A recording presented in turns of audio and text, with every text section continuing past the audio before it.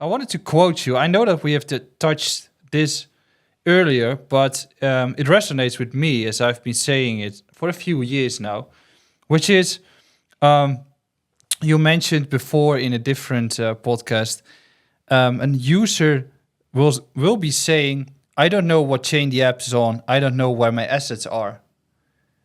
Ultimately, nobody understands the cloud server or HTTP, but everybody uses internet, and the same goes for blockchain in the years to come. Now, you have mentioned how you're going to provide the OP stack for developers, but how are we going to onboard the next billion or 2 billion users within Web3? I don't know. I don't have that, that particular use case, so to speak. And I get to say that somewhat facetiously, sort of as like the infrastructure, builder. A couple things I'm totally confident in. I'm totally confident that crypto technology, digital self-sovereignty, on-chain finance, et cetera, provide the building blocks to provide useful applications and services to our entire society. And I think that so much of it has just like really yet to be realized. We have a lot of fun speculating on chain, but um, the core components here, I think, are just obvious to everyone that it is going to change how folks interact online forever. And so I have no doubt that like the foundation is there to scale to the next, billion plus folks. Um, the second is I definitely think the experience of being on chain is rapidly changing and is finally approaching sort of the efficient frontier of just internet application experience generally. Um, Again, if you go interact with the base app, it feels like any other app on your phone. You don't worry about a seed phrase. You don't have to wait. Again, when you click something, you don't have to click approve and then sign, as you often do, to authorize a token and then swap it. Um, Maybe we just put up with these things for way too long because we all just believed in this technology or it was just so fun to be a part of it. But I think folks that are not early adopters that maybe don't understand like what the technology itself provides to the internet and to our society, they're simply unwilling to deal with that sort of experience. And so we talk a lot about meeting folks where they are. Our job as infrastructure builders is to give developers the tools and infrastructure that responds and feels like Web2 infrastructure. If we can do that, we know we're doing our part to enable the really creative folks out there to build that next use case to bring folks on chain. My perspective is we're pretty much finally there on the infrastructure side. There's still work to do, obviously, and there will always be work to do as we then scale and scale this to billions of users. So we're probably in the later stage innings of when this massive on-chain movement and adoption is going to happen, because finally the app experiences can be just as good as anywhere else. I think, well, I mean, with the fact that the government in the US is changing so much, you get some sort of other governments stepping in with the same progressive view, and then entities are stepping in after BlackRock has actually filed the ETF, the Biddle Fund. You see a lot of flow coming into the ecosystem. And the first real use case is basically just stablecoins, which used to be a use case in 2020 and 2019. It didn't change. It just got a bigger platform to work on.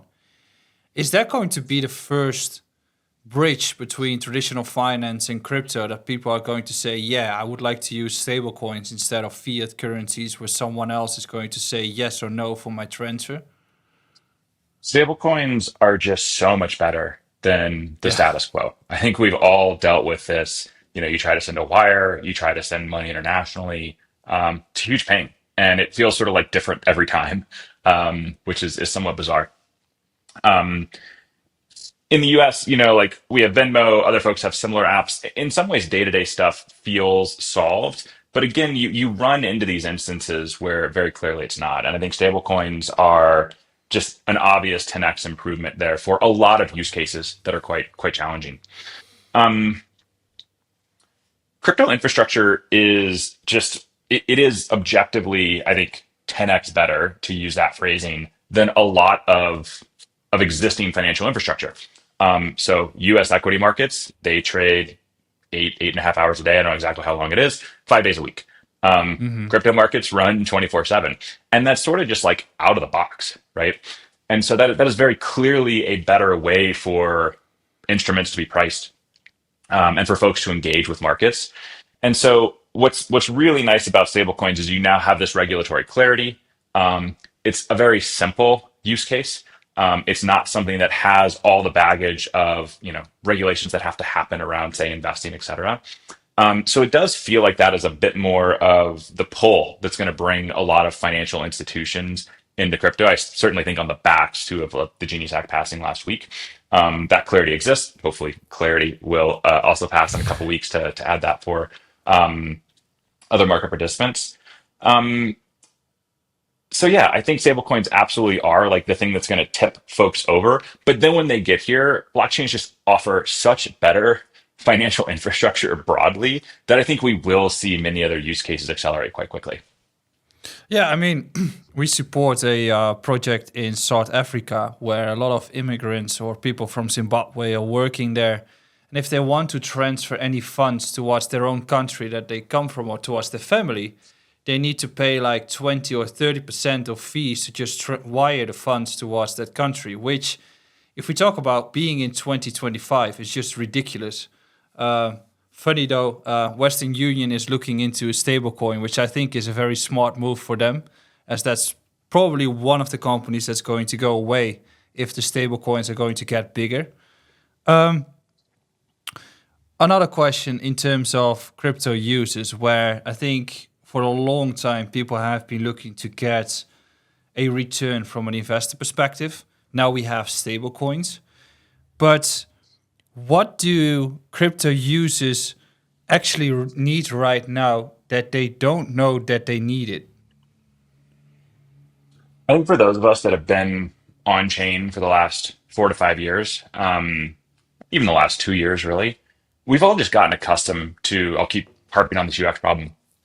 We've all just gotten accustomed to keeping track of where all of our assets are across many different chains, what it takes to bridge them, move them around, how many times we have to click in a wallet to make that happen, etc. And I think we should think of that as unacceptable. That is just not how we should not have cognitive overhead to interact with applications built on top of blockchains. And yet we've put up with that for a while.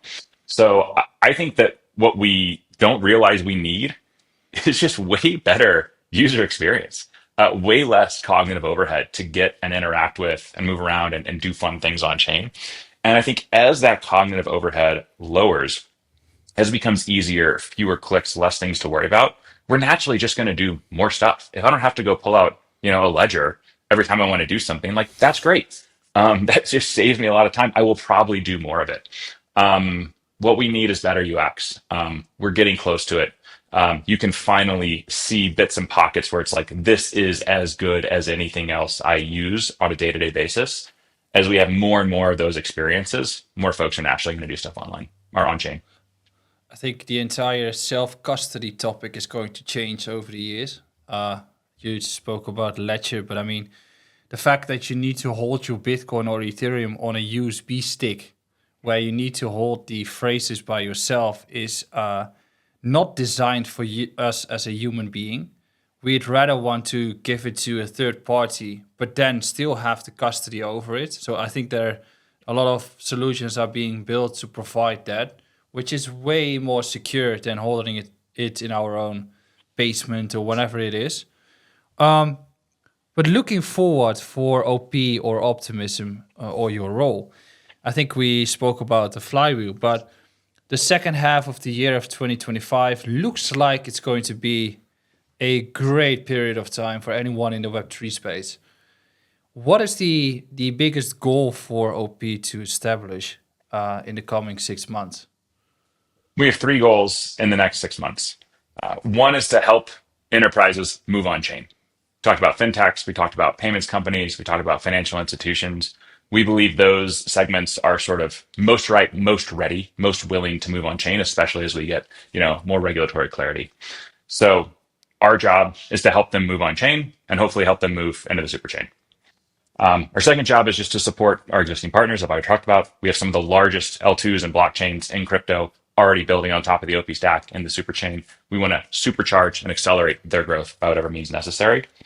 Third, we need to ship our version of interop. We want all of these blockchains to talk to each other. We want to provide more tools for developers to work towards chain abstraction to build that better UX that I keep talking about. And interop is a really key component of that. So we're quite focused on that and getting that over the line late 2025, early next year, sometime in there.